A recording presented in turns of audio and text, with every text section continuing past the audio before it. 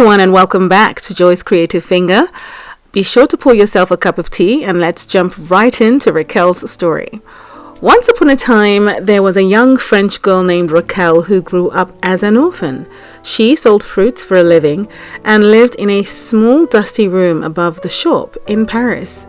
In this room, she worked tirelessly to get into higher education.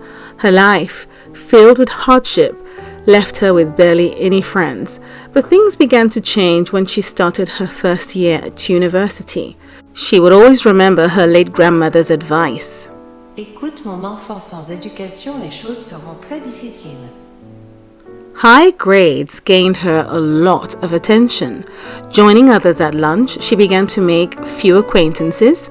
She wasn't very talkative, but she was a great listener, and her collaboration on coursework gained her study group very high marks. One day after a long lecture, she was walking along and a classmate invited her to a pajama party. You should come, Raquel. It would be so much fun. Raquel accepted, and it was as she was told. It was fun, and she finally let her guard down and made new friends. Among them was Jennifer, a kind and funny girl who immediately clicked with Raquel. They became inseparable that night. Jennifer was always attentive, laughing at Raquel's jokes and listening intently whenever she spoke. Raquel felt as though she had finally found the sister she never had. Despite being at different universities, they spent nearly all their free time together, calling, texting, and meeting up in town, often spending the night at each other's apartments. Their friendship blossomed into a sisterhood. One Friday afternoon, Raquel waited for Jennifer as usual, and Jennifer arrived and said, Hi, Raquel. You're coming with me to a nightclub. Come on, let's get ready. They went clothes shopping, and at the shop, the attendant and Jennifer agreed that Raquel would fit nicely into a fabulous sparkly blue dress. Raquel had never worn such clothes before. She was a bit reluctant, however, she agreed. Then off to the hair salon they went to get their hair styled for the night on the town. Raquel had a full head of hair and preferred to keep it that way. Just a little trim, thank you. I prefer to keep the length. Within the hour, they set out and arrived at the club where Jennifer introduced Raquel to drinking alcohol.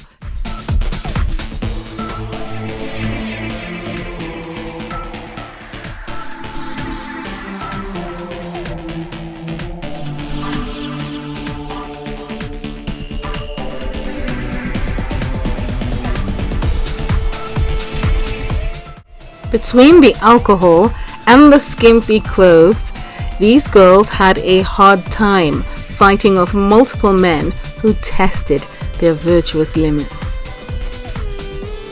When they got back home, they traded stories about past failed relationships, the liars, the users, and the abusers. Finally, the two made a pact between themselves. No sex before marriage. They became each other's wing woman, attending each other's dates, and at the end of the night, there would be no awkward lean-ins for a kiss in the car after a date, because each date would include the other being present as a third wheel. Raquel and Jennifer continued to hatch even more plans to keep each other's celibacy intact. In addition to attending each other's dates, the wing woman, whoever that was, would genuinely observe the man in question, as he could very well be a suitable mate for her friend. It was a great idea. Late into the night and into the early hours of the morning, with drinks in their hands, they continued.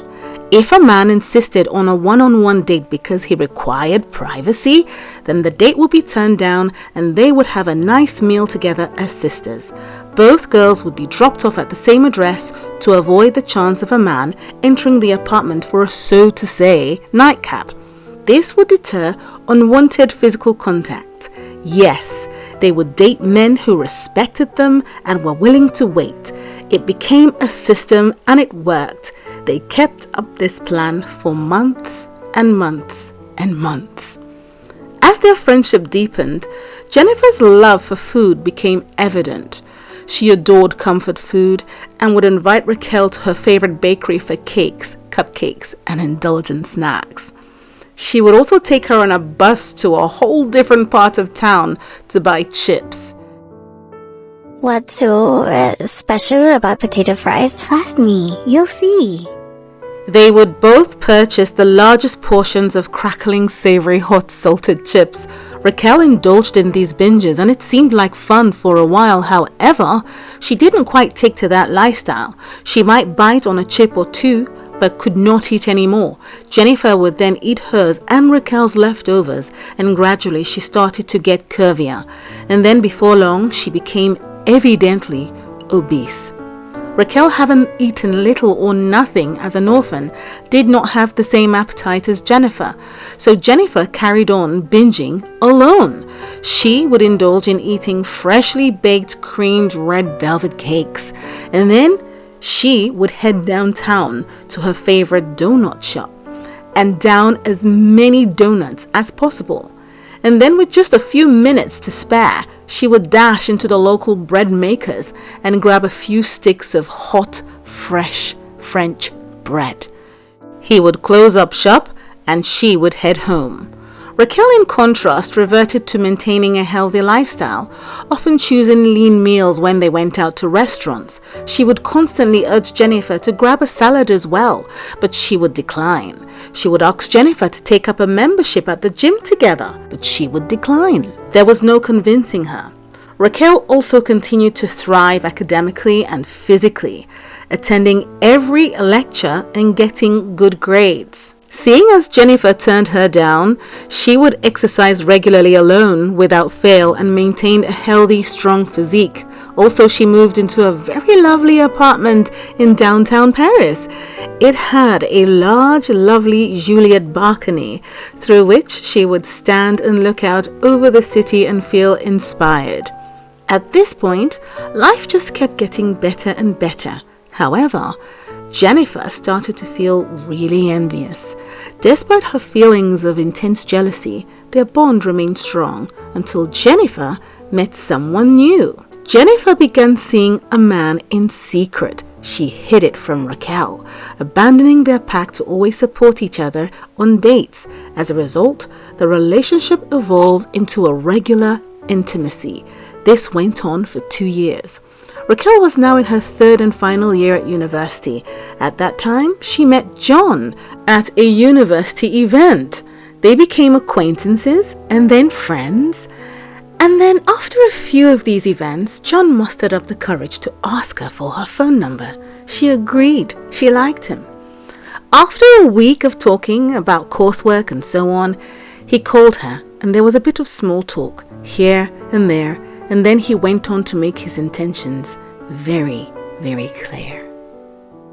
I love you, Raquel. I want to marry you. Raquel was surprised. No one had ever been that direct. However, John was certain. He wanted no games, only a serious relationship.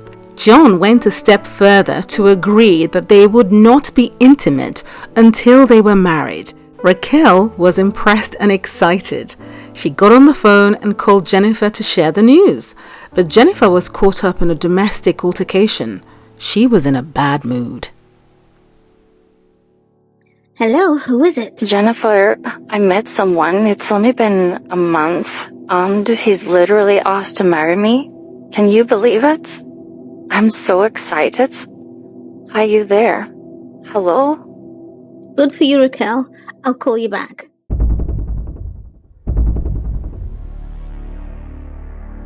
Jennifer felt a boiling sense of jealousy. It was near impossible to hide it. She felt like smashing something. Raquel was confused and hurt by Jennifer's unfriendly and abrupt response. Jennifer had been sleeping with Ronaldo for 2 years with no sign of a proposal, and their relationship became rocky. Listen, everything is not about marriage, no? Raquel's blossoming romance highlighted the problems in Jennifer's life. She began to see Ronaldo for who he really was and wished she kept the pact. Raquel and John stuck to their abstinence plan, and even though they spent almost every waking moment together, He courted her like a true gentleman.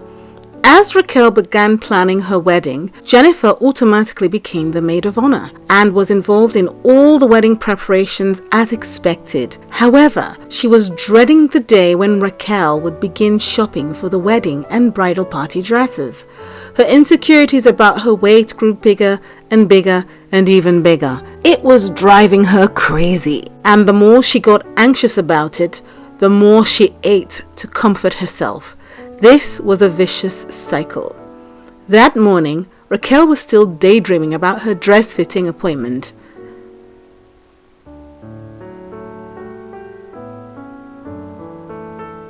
And at the sound of the alarm, she jumped in the shower.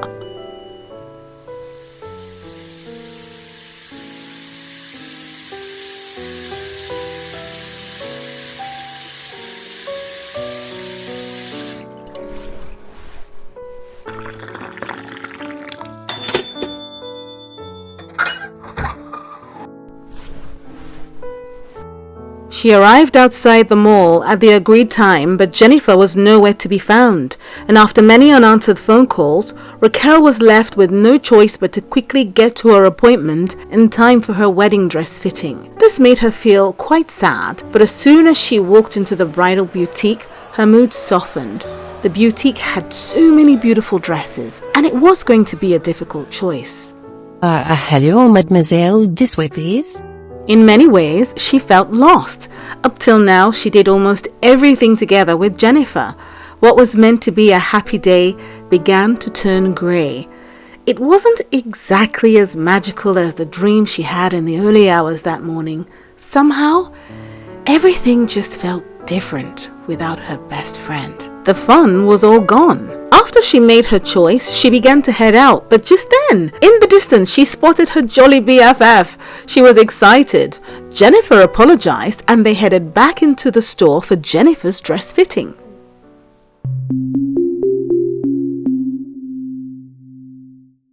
Hello, ladies. I'm truly sorry, but the store does not hold any sizes above size 16. Furthermore, we will not allow you to try the dresses, for fear that you might stretch them and cause damage, you see. Unfortunately, you are going to have to leave. My sincere apologies. Thank you. Raquel's heart sunk. Jennifer was crushed. The bus ride home to Raquel's apartment was very uncomfortable. Jennifer was meant to sleep over at Raquel's. However, after a long day of shopping, Raquel was too tired to cook dinner, so they stopped over at a small Chinese takeaway near Raquel's home. Raquel was a regular. The owner knew her very well. As soon as she walked in, she was greeted. Hello, Raquel. What's your order today? You come with your mom? She your mom? This hurt Jennifer to the core. Before Raquel could advise that it was her best friend, Jennifer dashed outside, got on her phone, and made up an excuse that she had to get back because of a family emergency. She immediately left and refused to take any calls.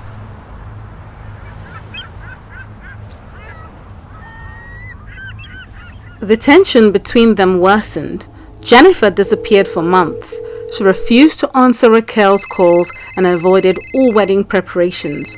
Raquel was left hanging and had no idea if Jennifer would come around or if she should go ahead and choose someone from her study group, but continued to hope that her friend would come through. There were 2 nights of girls partying at Raquel's apartment, which included the night before the wedding. Raquel waited and waited, and then suddenly Jennifer called back.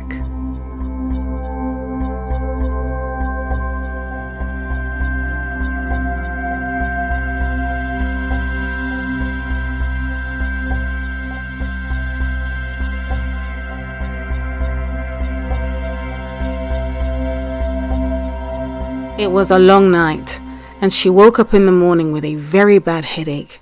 She had no time to waste. She got dressed and gave herself one last look in the mirror to make sure everything was in place. After all, she didn't have a maid of honor.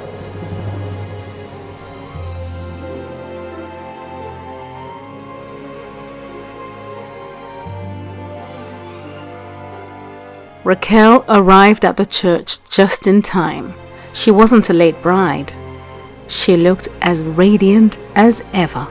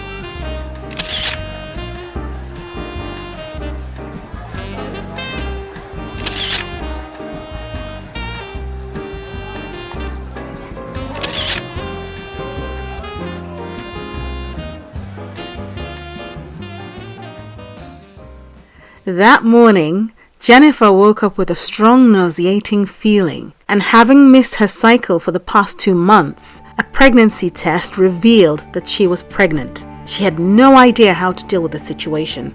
She was shocked. Her and Ronaldo had already broken up.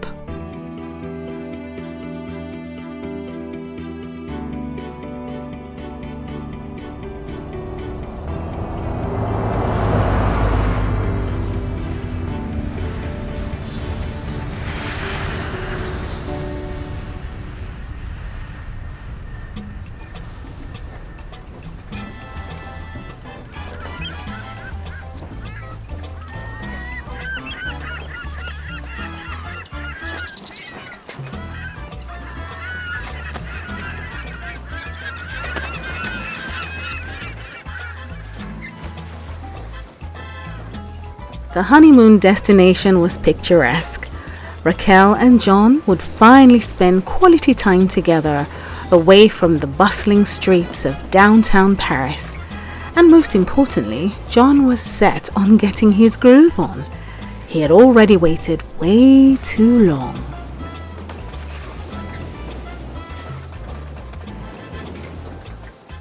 Jennifer's food craving worsened with the pregnancy, and she really needed someone to talk to. She thought of her best friend, Raquel.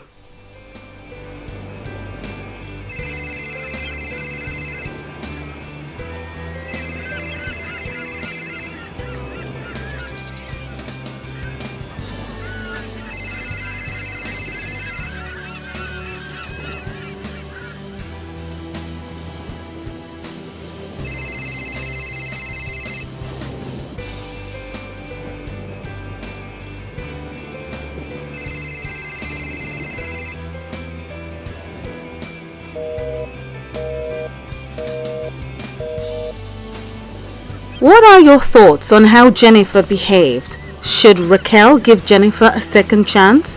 Or should Raquel cut her losses and run before something worse happens? Should they sit down and talk about it? Has their friendship expired? Let me know in the comments down below what you think. And thank you so much for watching. Don't forget to subscribe, like and share the video. Take care. Bye!